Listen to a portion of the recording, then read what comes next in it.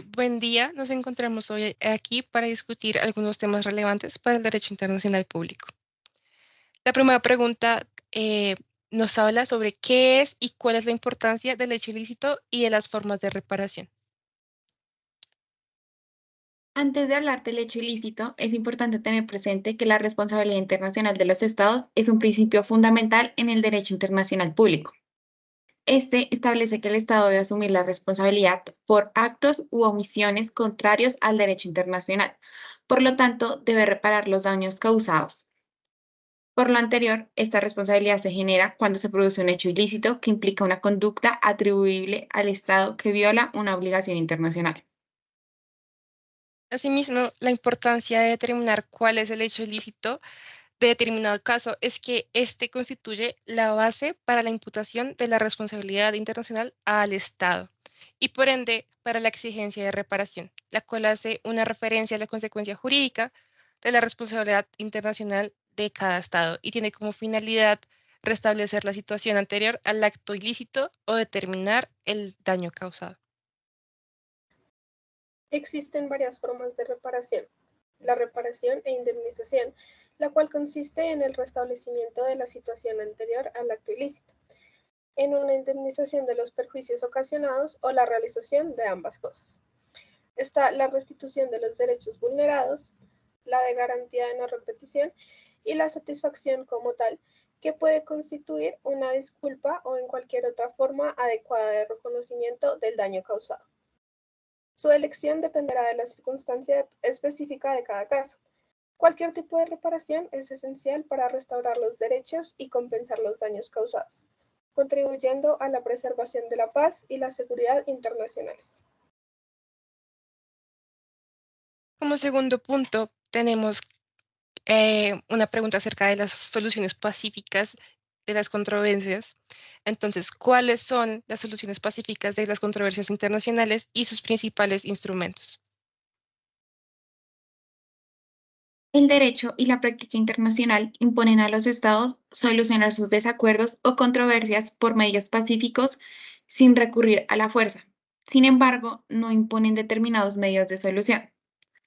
Según Ana Villalta, en Solución de Controversias en el Derecho Internacional, en la práctica se establecen dos clases de soluciones pacíficas a los conflictos internacionales. En primer lugar, tenemos los medios políticos o diplomáticos que se refieren a todos los negocios directos que tienen los estados, por el cual se nombran representantes diplomáticos que desarrollan dichas negociaciones de acuerdo a los intereses de cada país. Normalmente se establece que la negociación directa debe hacerse de la manera más cautelosa posible antes de invocar otros medios de solución. Entonces, los medios políticos que encontramos son los buenos oficios, la mediación de un tercero para presentar posibles soluciones, la investigación y la conciliación.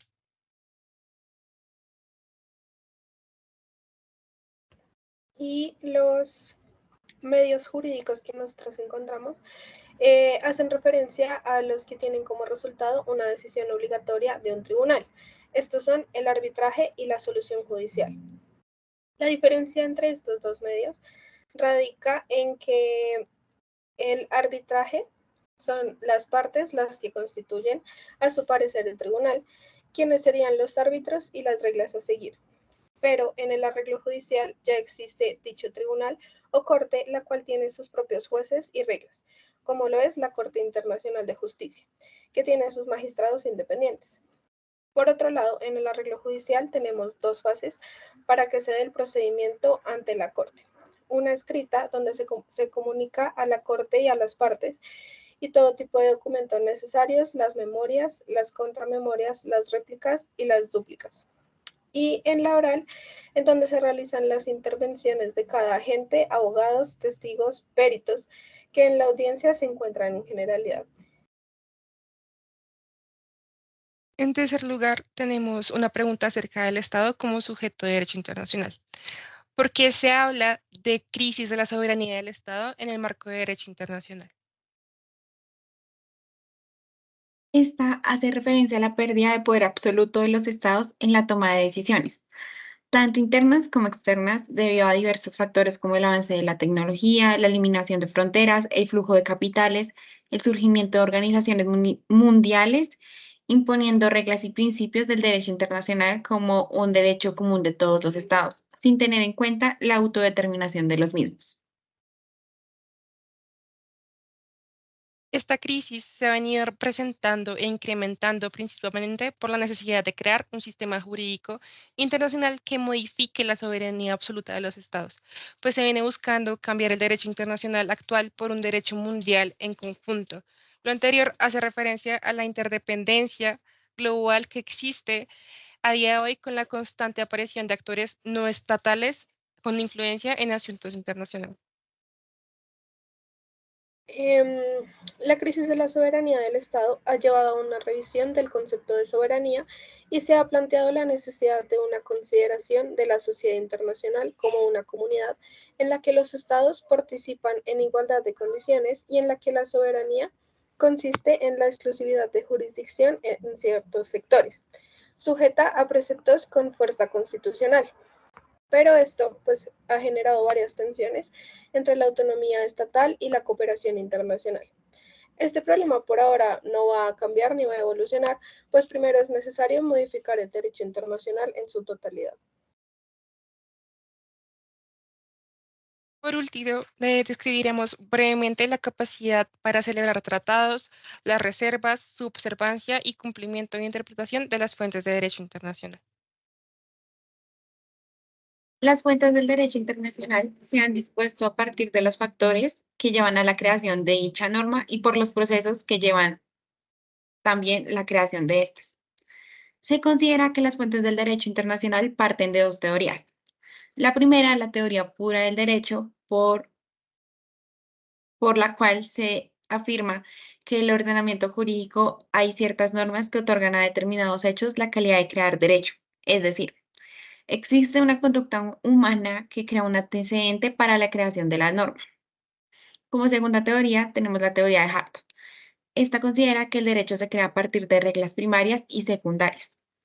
Como primarias se consideran a las que establecen las conductas que se consideran como prohibidas y obligatorias, mientras que las secundarias son aquellas comprendidas por el reconocimiento de estas como tal. También son las facultades que se le dan a ciertos organismos o personas para introducir nuevas reglas primarias o derogar otras. Y por último, las facultades de ciertos órganos si una regla primaria ha sido vulnerada en determinado caso. En este sentido, se podría considerar como fuente material aquellos factores que originan las normas jurídicas positivas y su contenido, mientras que como fuente formal el reconocimiento de su calidad de derecho y poder pertenecer a un sistema jurídico. Sin embargo, la Corte Internacional de Justicia, en el Estatuto de la Corte Internacional de Justicia, ha reconocido como fuentes formales de derecho internacional a las convenciones particulares o generales, a la costumbre internacional, a los principios generales de derecho, a las decisiones judiciales, la doctrina y la facultad de los tribunales de resolver una controversia de la manera más equitativa posible. Estas fuentes que nombré se pueden clasificar tanto como fundamentales o subsidiarias. En las fundamentales tenemos los tratados y la costumbre internacional. En las subsidiarias tenemos los principios generales de derecho, a la jurisprudencia y la doctrina. En relación a lo anterior, los estados tienen la capacidad de ponerse de acuerdo y aceptar un objeto y darle relevancia en el ordenamiento jurídico propio. Es decir, manifiestan su voluntad siempre y cuando pertenezcan a un órgano que pueda adquirir derechos y obligaciones y representar a este mismo a su vez. Según la Convención de Venia, los estados tienen la capacidad de celebrar tratados cuando se tiene pleno poder para manifestar el conocimiento y consentimiento del estado en obligarse. El poder puede estar determinado por las funciones como, por ejemplo, los jefes de Estado, gobierno y ministros de Relaciones Exteriores, los jefes de misiones diplomáticas, los representantes que han sido acreditados por los estados, las organizaciones internacionales y demás. La manifestación y consentimiento del Estado está dado por la firma de alguno de los representantes nombrados anteriormente. De esta misma convención parten las reservas. La reserva es una declaración unilateral de la voluntad del Estado de firmar, ratificar, aceptar o aprobar un tratado y de adherirse o no a él. Se considera a la reserva como un mecanismo para la expansión de la comunidad internacional, ya que se pueden modificar los efectos jurídicos del tratado. Por otro lado, la observancia de los tratados es que todo tratado que tenga efectos jurídicos debe ser cumplido de buena fe. Por lo tanto, en medio de su incumplimiento no se puede justificar mediante el derecho interno del mismo Estado. Mientras que su cumplimiento es obligatorio, esto se encuentra en el artículo 93 de la Constitución, que de manera indirecta afirma que los derechos y deberes se interpretan de conformidad a los tratados internacionales ratificados en Colombia.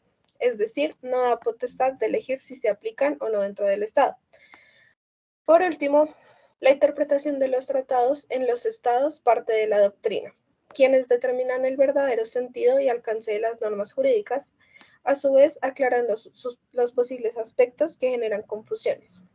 Para la interpretación es fundamental que quien interprete el tratado sean los propios estados o entidades que tengan efectos jurídicos para esto. Las reglas para interpretar se encuentran en la Convención de Viena. Para interpretar se debe tener en cuenta todo el texto, sin excepción de alguna parte, además de los acuerdos que tenga el tratado, los motivos de la celebración del mismo y la aplicación de estas disposiciones. Muchas gracias por su atención.